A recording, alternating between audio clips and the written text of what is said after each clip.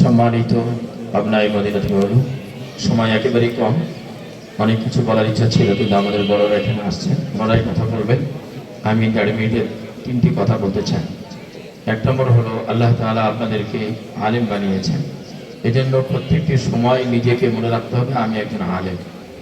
মানুষ যখন তার আত্মপরিচয় ভুলে যায় তখন সে সব কিছুই করতে পারে। এই জন্য আমি একজন আলেম, এই কথাটা সবসময় নিজের মনে রাখতে হবে, আমি নায়েবে রাসূল। 2 নম্বর হচ্ছে, রাসূল কারীম সাল্লাল্লাহু আলাইহি ওয়াসাল্লাম বলেছেন, আল বারাকাতু মা আকাবিকুম, যে তোমরা আকাবিদের সঙ্গে থাকো।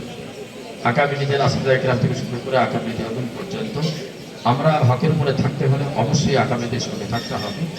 একটা ডাল যতই মোটা হোক না কেন, যদি তার শিকড়ের সাথে তার সম্পর্ক না থাকে, কিছুদিনের মধ্যে ডালটা শুকিয়ে যায়। এই জন্য আমরা যদি আমাদের আকাবিদেরকে ছেড়ে নিজেরা বেশি বুঝেই মনে করি, তাহলে কিন্তু আমরা কিছুদিনের মধ্যেই শুকিয়ে যাই। কাজেই আসহাবে কেরামের সাথে সম্পর্ক রাখা, পাশাপাশি আকাবিদের অন্যদের সাথে আমাদের সম্পর্ক রাখতে হবে। তাদের বুদ্ধি, তাদের পরামর্শ, তাদের বুঝকে আমাদেরকে প্রাধান্য দিতে হবে। 3 নম্বর হলো যে আপনারা আজকে এখানে আসছেন, আলহামদুলিল্লাহ। আমরা এখানে যারা এখানে আছি শুকরিয়া জানাই, কিন্তু প্রতি বছরই আপনারা আসবেন আমি আশাবাদী।